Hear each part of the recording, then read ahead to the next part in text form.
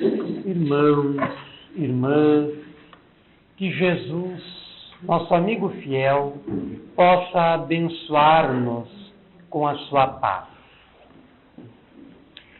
Jesus, sem dúvida nenhuma, é o maior homem que já existiu. Quando a doutrina espírita estava surgindo, na segunda metade do século XIX, o codificador do espiritismo, Allan Kardec, interrogando as inteligências imortais, fez o seguinte questionamento: qual o tipo mais perfeito que Deus tem oferecido ao homem para lhe servir de guia e modelo? E os espíritos responderam da seguinte forma: Jesus. É a questão mais concisa, mais curta de um livro dos Espíritos, a de número 625, e que demonstra uma conexão direta da doutrina nascitura, da doutrina que está nascendo, o Espiritismo, com raízes mais longínquas, o cristianismo primitivo. E as inteligências desencarnadas, dotadas de um grau de consciência muito elevado, nos esclareciam, através daquela simples pergunta, que Jesus é o ponto referencial para as nossas vidas. Jesus é o modelo, Jesus é o guia. É o tipo mais perfeito que Deus tem oferecido para a humanidade. Dizem os Espíritos, explicam os Espíritos. Numa mensagem psicografada por um médium francês e que foi examinada por Allan Kardec, de autoria de um espírito que assinava o Espírito de Verdade, que na verdade representa, simboliza o conjunto dos espíritos superiores que atuaram no processo da codificação espírita. Numa mensagem recebida em Paris, no século XIX, assinada por este espírito, trazia uma afirmação de um interesse e uma relevância muito grande. Dizia o Espírito da Verdade: Espíritas, amai-vos. Este o primeiro ensinamento. Espíritas, instruí-vos. Este o segundo ensinamento. E Allan Kardec, de posse dessa mensagem, a colocou no capítulo 6, o Cristo Consolador, do Evangelho segundo o Espiritismo, na página 130 da tradução da Federação Espírita Brasileira. E esta afirmação, ela serve de guia para nós que somos espíritas. O mandamento do amor e o mandamento da instrução. E nós temos em nossa vida ignorado ora um, ora outro. Não temos sabido amar como deveríamos amar, muito menos temos sabido nos instruir, buscar o saber, buscar o conhecimento, buscar a iluminação da nossa consciência. E nós, que nos abrigamos num templo espírita, devemos seguir à risca, da melhor forma que conseguirmos, esta orientação, a do amor e a da instrução. O problema é que a maioria de nós é apenas frequentador de casa espírita, de centro espírita, sem ser espírita propriamente dito. O que nos desobriga de cumprir esses deveres. Divaldo Franco, médium baiano, em uma palestra que tivemos a oportunidade de assistir, dizia em sua fala que o centro espírita tem uma missão muito grande, que é a de espiritizar os seus frequentadores, transformar os seus frequentadores em espíritas, o que é algo muito difícil, porque para ser espírita é necessário amar, e para ser espírita é necessário instruir-se. Diferentemente da maioria das doutrinas religiosas, o espiritismo tem na sua estrutura formativa 3 aspectos: um religioso, outro científico e outro filosófico. E isto torna essa doutrina um tanto complexa, que obriga os seus adeptos a leituras frequentes para se manter informado, a frequentar não só as palestras informativas, mas também os grupos de estudos oferecidos por esta e outras casas espíritas da nossa cidade, a ler com relativa frequência obras sérias, obras que deem um entendimento abrangente do que é a doutrina espírita e que nos auxilie a cumprir essa nossa obrigação de nos instruirmos. Jesus recomendou o seguinte, advertiu o seguinte: muito se pedirá àquele que muito recebeu. E nós espíritas temos recebido muito do mundo espiritual, da bondade e da misericórdia divinas, porque temos um conjunto de ensinamentos à nossa disposição que nos serve de parâmetro e de roteiro aos passos que devemos dar em nossa caminhada terrena.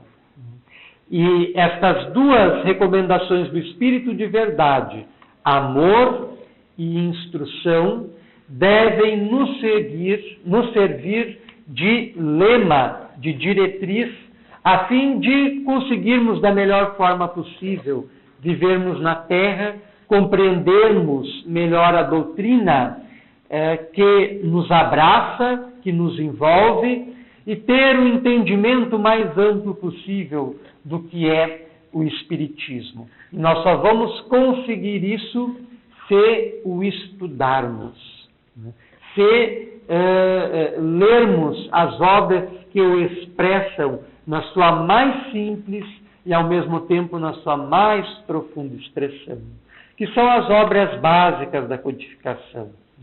O Livro dos Espíritos, o Evangelho segundo o Espiritismo, o Livro dos Médiuns, o Céu e o Inferno, a Gênesis, o que é o Espiritismo, o Principiante Espírita, Viagem Espírita, a Revista Espírita, que Allan Kardec publicou e manteve de 1858 até 1869, e que a Federação Espírita Brasileira lançou recentemente uma publicação em língua portuguesa, em 12 volumes. Nesses 12 volumes, abarcando esse período da publicação da Revista Espírita, publicada por Kardec na França, no período que acabamos de citar.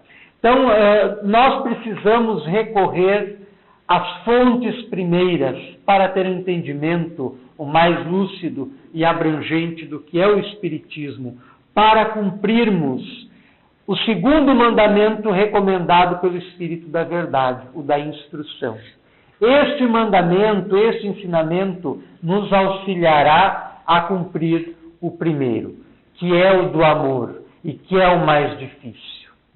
Esse mandamento do amor não é do Espiritismo, ele já é muito anterior, ele data do tempo de Jesus, e se recorrermos aos anais da história, das doutrinas espiritualistas que já passaram pela Terra, nós vamos encontrar referências ao amor muitos séculos antes de Jesus, em Buda, Forri, Lao Tse, Krishna e outros.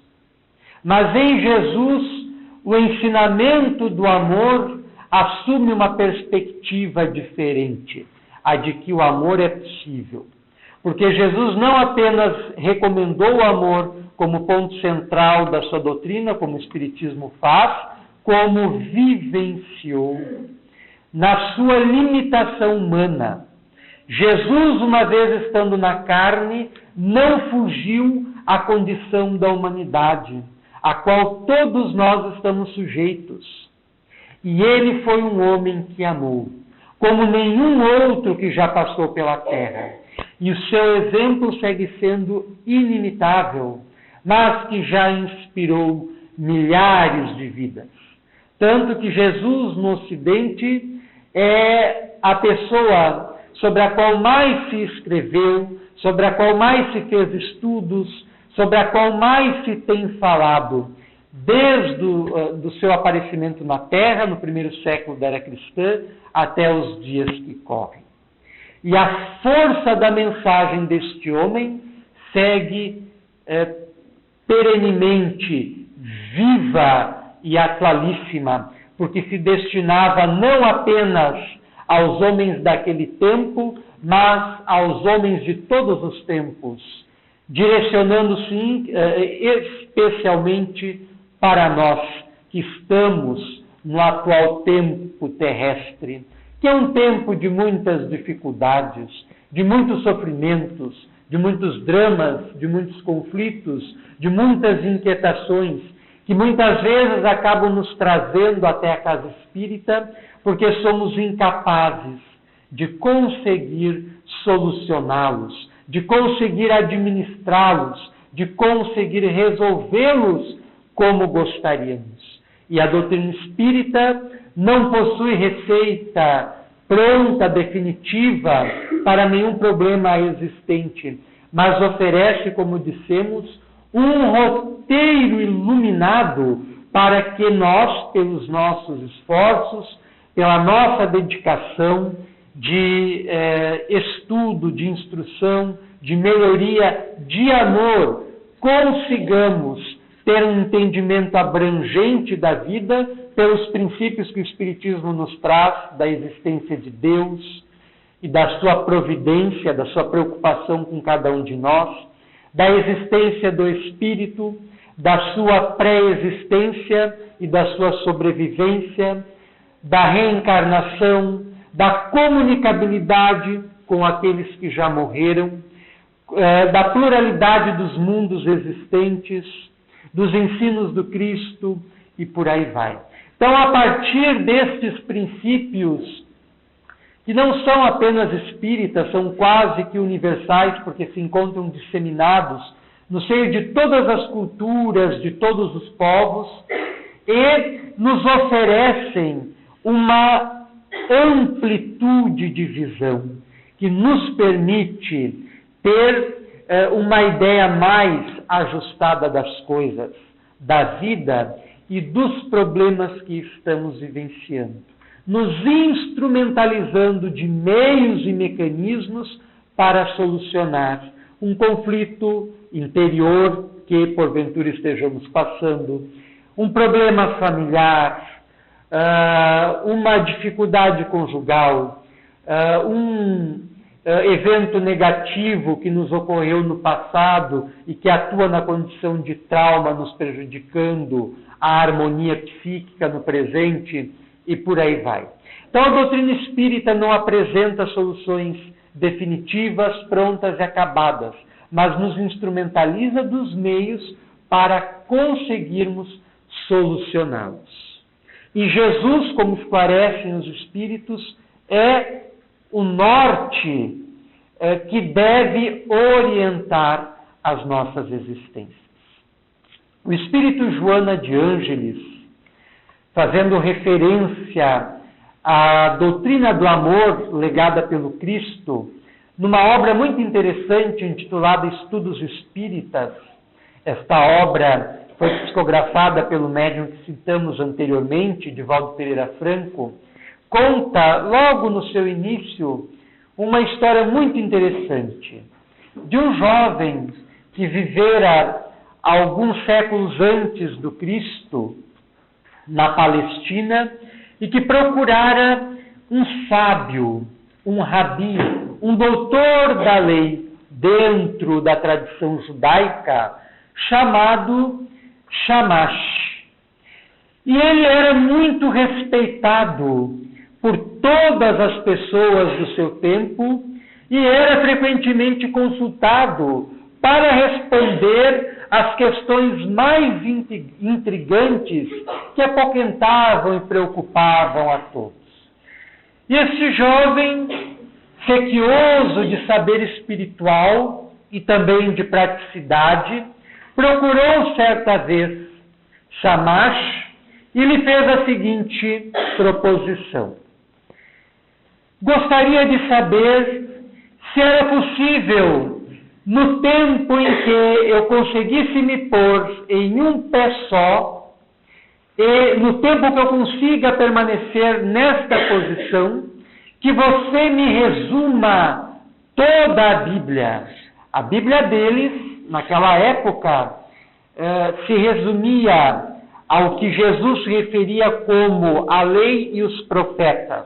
Era a Torá, que são os 5 primeiros livros da Bíblia, chamado de Pentateuco Mosaico, Gênesis, Êxodo, Levítico, Números, Deuteronômio, não necessariamente nessa ordem, e os profetas, que fecham os profetas maiores e menores, que deixaram mensagens para o povo hebreu, anunciando inclusive a vinda do Messias, que para nós cristãos seria Jesus, embora os judeus não o reconheçam como seu Messias esperado.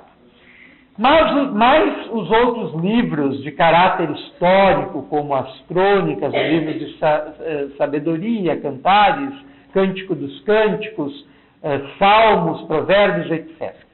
Isso era a Bíblia, o que é para nós, corresponde para nós o Antigo Testamento. E ele queria saber uma forma simples de resumir todo o Antigo Testamento. E Shamash mergulhou num estado de introspecção, procurando dentro de si uma resposta que satisfizesse a ânsia daquele jovem, e depois de ponderar alguns instantes, olhou para ele e disse: impossível.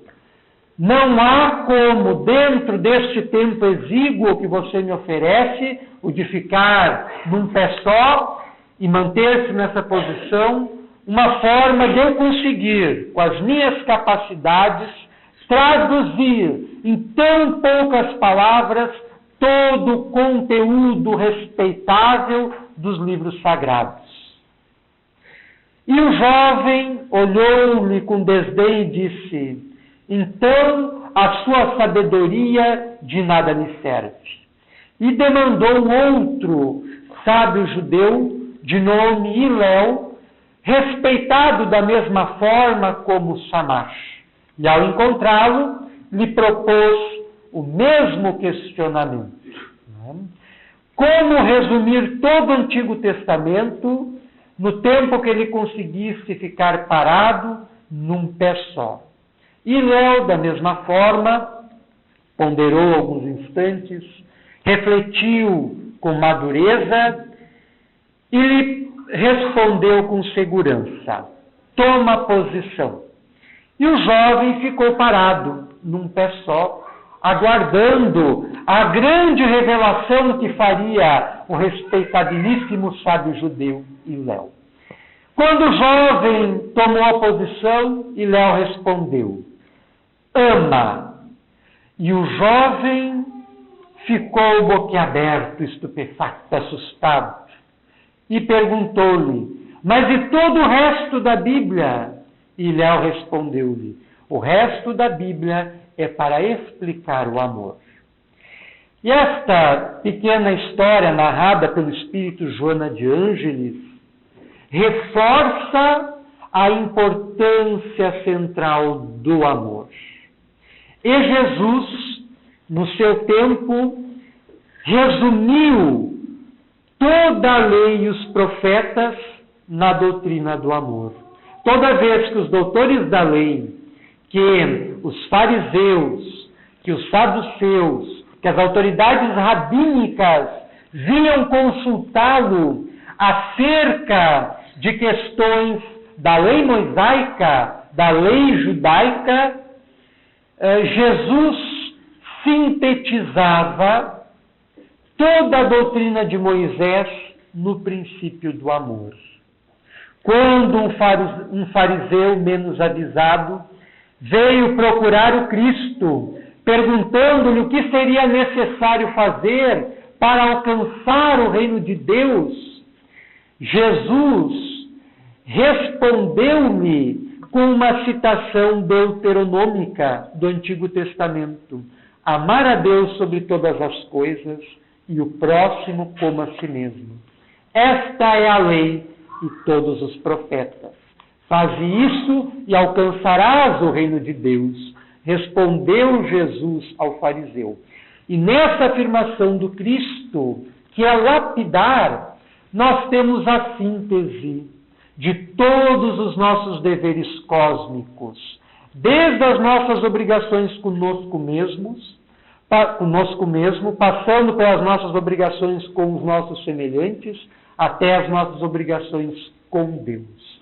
O amor permeia o nosso compromisso maior conosco, com o próximo e com o Pai maior. E os Espíritos, quando apresentam Jesus como sendo o nosso modelo e guia, propõem o amor da mesma forma, como sendo o objeto central da nossa atenção diária, de todos os instantes. E é o que nós não temos feito. Nós não temos sabido amar. E esta é uma verdade que se estampa desde a nossa intimidade até a nossa vida doméstica, familiar, a nossa vida no trabalho, a nossa vida em sociedade, a vida como um todo no planeta Terra. Nós vemos a presença do desamor. Nos inquietamos, nos incomodamos, nos melindramos, nos magoamos, nos ressentimos com uma facilidade muito grande com os nossos semelhantes, porque não amamos. E nós não amamos o nosso semelhante pelo simples fato de não amarmos a nós mesmos. Quando Jesus recomenda que amemos a Deus, em primeiro lugar, ele logo esclarece que devemos amar a Deus sobre todas as coisas, amar o próximo como a nós mesmos nos amamos. Se nós não nos amamos verdadeiramente, nós não temos como amar os nossos semelhantes. E se nós não amamos os nossos semelhantes, como esclarece o apóstolo João na sua primeira epístola, nós não temos como amar a Deus. Porque nós só atingimos a Deus através do outro. Esta é uma verdade não só bíblica, mas também espírita. Nós somos seres gregários, nós precisamos dos outros para viver. Então o outro desempenha uma função muito grande em nossa existência, que é nos auxiliar a desenvolver as nossas potencialidades, a desenvolver as nossas qualidades interiores, a nos auxiliar a crescermos para Jesus. E é o que não está ocorrendo. A nossa sociedade e nós, enquanto indivíduos, temos vivido valores invertidos, simplesmente por não termos aprendido essa mensagem ímpar que é a do amor. E enquanto nós não a assimilarmos em nosso dia a dia, nós seguiremos abraços e abraços com os problemas, conflitos, dramas de todos os tipos, violências, negatividades, toda a corte de coisas negativas que tem nos afligido, que tem nos perturbado, que tem nos entristecido. E isso revela a ausência do amor. Então, o Espiritismo, ele estabelece o amor como sendo algo essencial em nossas vidas. E através do seu conjunto de conhecimentos, que é por demais extenso, hoje uma pessoa, desde o momento que aprende a ler até o final da vida, se quisesse ler tudo o que já foi escrito sobre o Espiritismo, não conseguiria, porque nós vivenciamos, felizmente, um boom no mercado editorial espírita, e a cada dia são publicadas novas obras que fica humanamente impossível acompanharmos o estado da arte, como se diz, o avanço do conhecimento espírita. Mas nós precisamos conhecer os seus fundamentos, nos instrumentalizando para conseguirmos amar. Os espíritos esclarecem que a nossa evolução se dá numa via de mão dupla. Nós evoluímos moralmente, emocionalmente, sentimentalmente e evoluímos intelectualmente. E, a rigor, não é regra geral, mas a rigor, nós geralmente evoluímos primeiro intelectualmente para depois evoluirmos emocionalmente. O desenvolvimento intelectual nos favorece o desenvolvimento emocional. Daí alguns vão perguntar, mas quantas pessoas são analfabetas ou semi-analfabetas, não possuem uma formação cultural mais embasada e ao mesmo tempo são dotadas de um equilíbrio, de uma capacidade de serviço, de entrega, de amor, que desafia o maior dos filósofos, o maior dos cientistas, e alguém, do ponto de vista intelectual, que não conseguiu desenvolver a sua inteligência.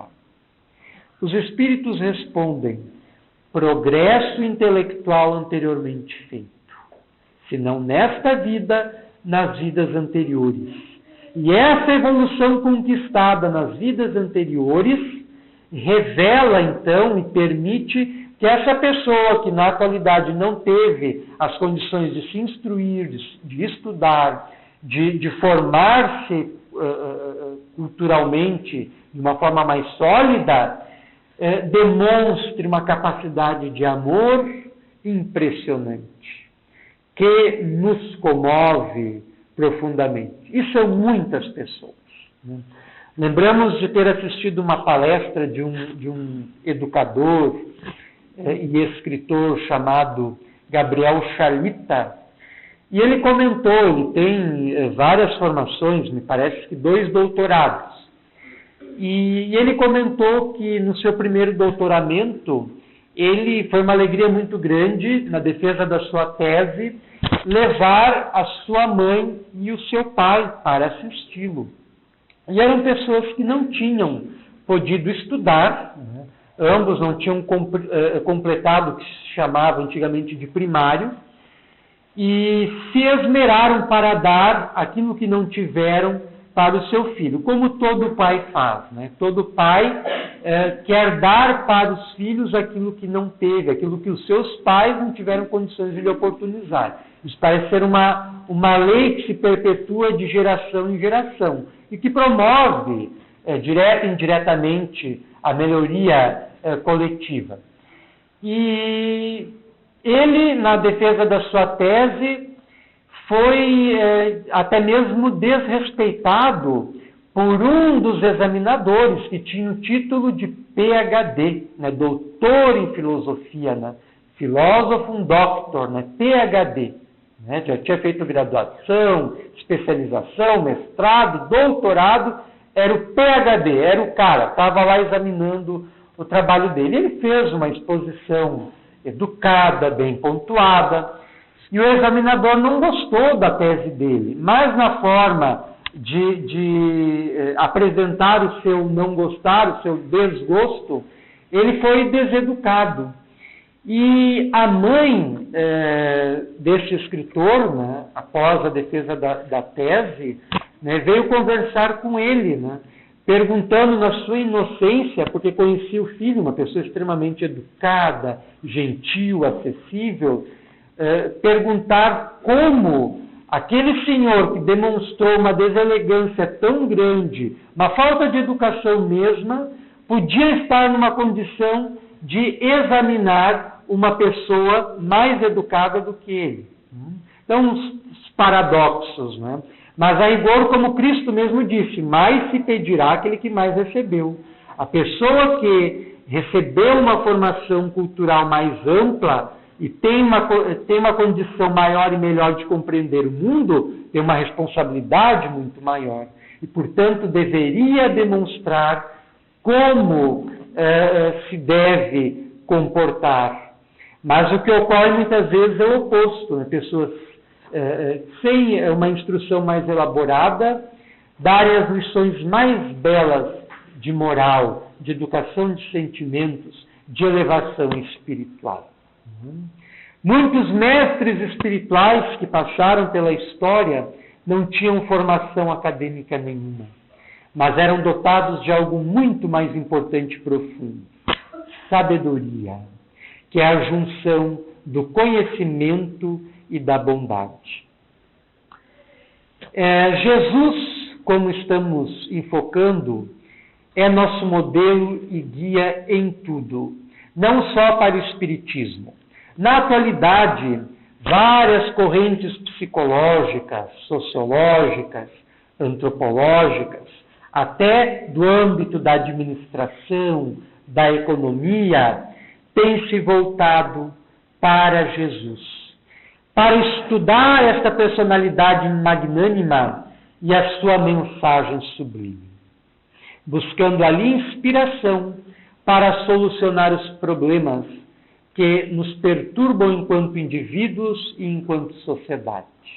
Um escritor norte-americano chamado James Hunter publicou já há algum tempo uma obra muito interessante intitulada O Monge e o Executivo, que está há meses já na lista dos livros mais vendidos e lidos no Brasil, da revista Veja, na categoria Esoterismo e Autoajuda. Ele é um livro classificado como autoajuda. Esse livro, ele traz uma mensagem extraordinária. Não é espírita, reforçamos, mas é um livro que mostra uma nova visão de Jesus e uma nova visão acerca da liderança. Todos sabem aqui que no nosso dia a dia nós vivemos em diversos níveis de hierarquia. Dentro de casa, os filhos se submetem aos pais, na sociedade, de uma forma geral, os mais novos devem o respeito aos mais velhos, o funcionário está subordinado ao patrão, ao chefe, ao gerente, etc. Então, nós vivenciamos diferentes níveis de hierarquia.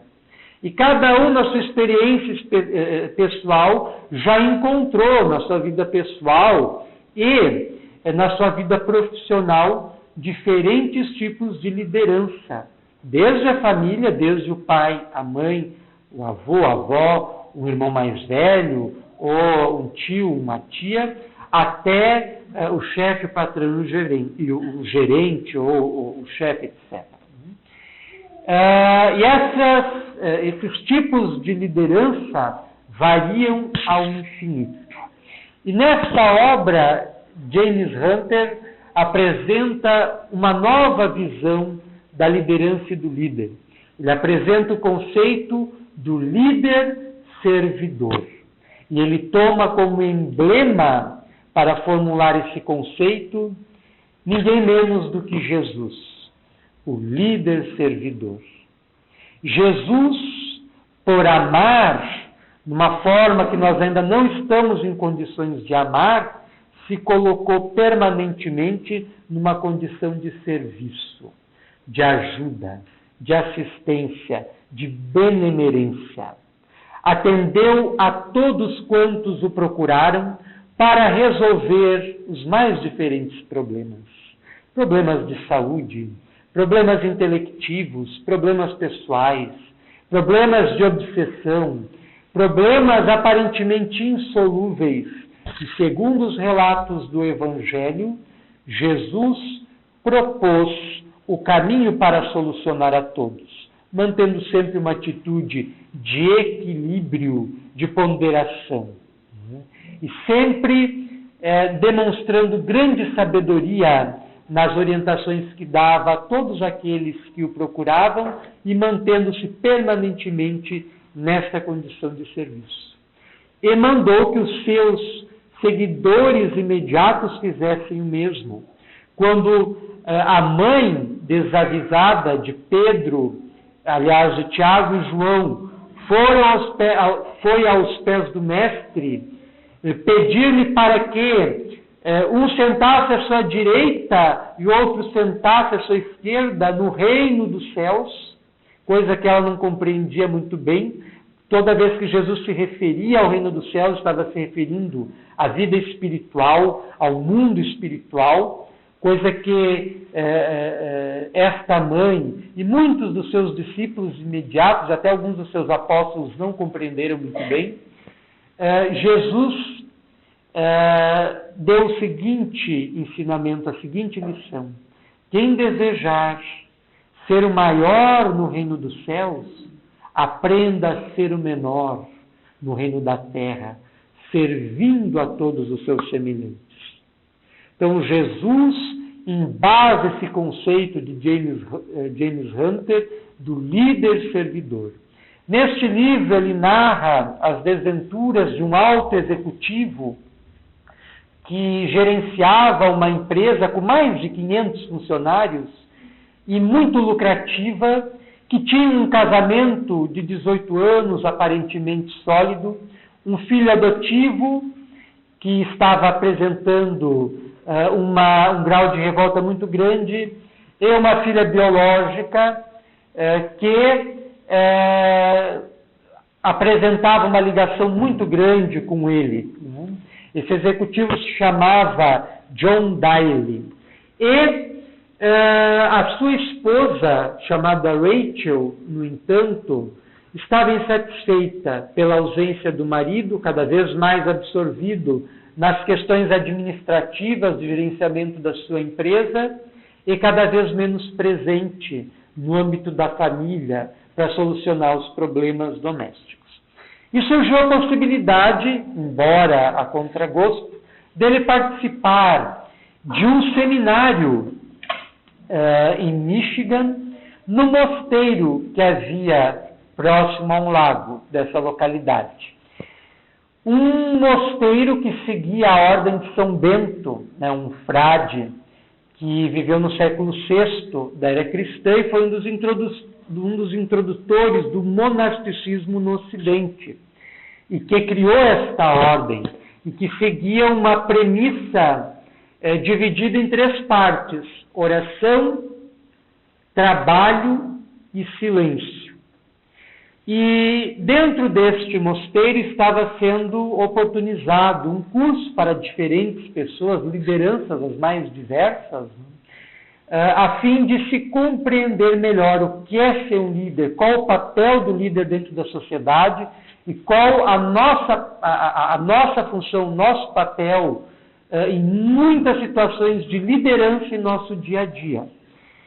Embora a contragosto ele vai participar deste curso, que seria ministrado por um frade chamado Leonard Hoffman, que era um dos mais bem-sucedidos executivos norte-americanos e que havia se aposentado e abraçado a vida monacal. E ali eles passam a discutir esse conceito do líder servidor. E ele passa por uma revolução em sua vida, adaptando os ensinos do Cristo às suas vivências diárias e, inclusive, no seu trato com os seus subordinados, tratando-os com carinho, com humanidade, com amor, sem deixar de exigir as atribuições devidas. Então, a proposição da palestra da noite, nos sugerida pelo irmão Hugo, saber para servir, passa por este crivo. Nós precisamos ter compreensão intelectiva para termos vivência sentimental e prática daquilo que estamos aprendendo, daquilo que estamos estudando, daquilo que estamos tentando aplicar em nosso dia a dia. E as leituras que fazemos são um caminho indispensável a fim de conseguirmos ter, como já dissemos, uma visão maior das coisas e conseguirmos nos orientar melhor no mar turbulento das nossas vidas. Porque não nos iludamos. Todos nós, sem exceções, por estarmos num plano de muitos limites e que foi classificado por Kardec como de provas e expiações, a nossa vida, evidentemente, trará a chancela das provas e das expiações. Nós não passaremos pela terra sem a presença das mesmas. E é por isso que muitos de nós, alguns mais, outros menos, conduzem as suas existências terrenas ao peso de muito suor, e de muito sofrimento e de muitas lágrimas.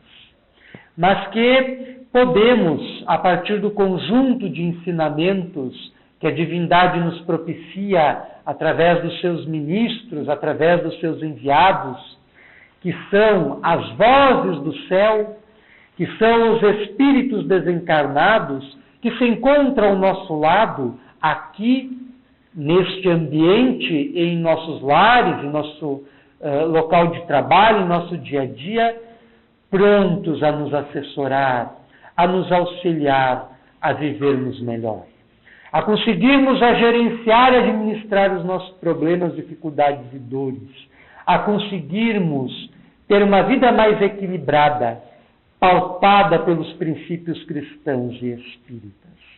Jesus segue sendo assim para nós, consoante as afirmações presentes na questão 625 de O Livro dos Espíritos, o modelo e guia.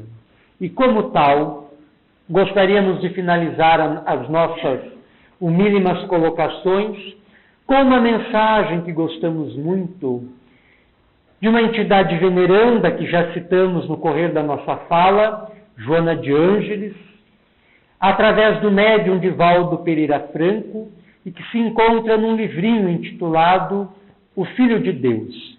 E o título da mensagem é O Teu Cristo. Possuis recursos inimagináveis que estão em germe em tua alma, aguardando os teus estímulos. Por enquanto, sintonizas com as províncias de sombra por onde transitaste e já deverias ter te libertado da sua presença. Vês que outra, descobres toda a força que jaz em ti, aguardando. Jesus utilizou-se dos seus recursos para demonstrar a finalidade a que se destinavam. Acalmou os ventos e devolveu ao mar a sua tranquilidade. Liberou obsidiados e restituiu o equilíbrio aos obsessores. Sarou enfermidades e recuperou doentes da alma. Multiplicou pães e peixes e alimentou espíritos esfaimados da verdade. Iluminou a terra e jamais se eclipsou. Possuis o Cristo interno, poderoso que é teu, mas o mantens manietado, preso, sem ensejar-lhe a ação. Deixa-o espraiar-se através de ti. Ele é harmonia e tu estás desequilibrado. É amor e tu és carência. É claridade e tu és sombra. É vida e tu te debates nos grilhões da morte. Com ele agindo por ti, terás decisão para te negares aos pensamentos doentios que se transformam em tormentos e ações nefastos. És, antes de tudo, o teu mundo interior, e porque aí ele habita, todo te renovas, e das margens a que extuem as tuas potencialidades para a realização do programa de paz e vida a que estás vinculados. Com estas palavras, agradecemos a atenção de todos e rogamos a Jesus, nosso modelo e guia, que nos abençoe e que nos assessore no melhoramento das nossas existências, de modo a usufruirmos da nossa vida com mais paz, com mais alegria, com mais sabedoria, com mais instrução e com mais amor. Sem mais delongas, passamos a palavra ao nosso irmão Hugo, que coordenará a segunda parte dos nossos trabalhos.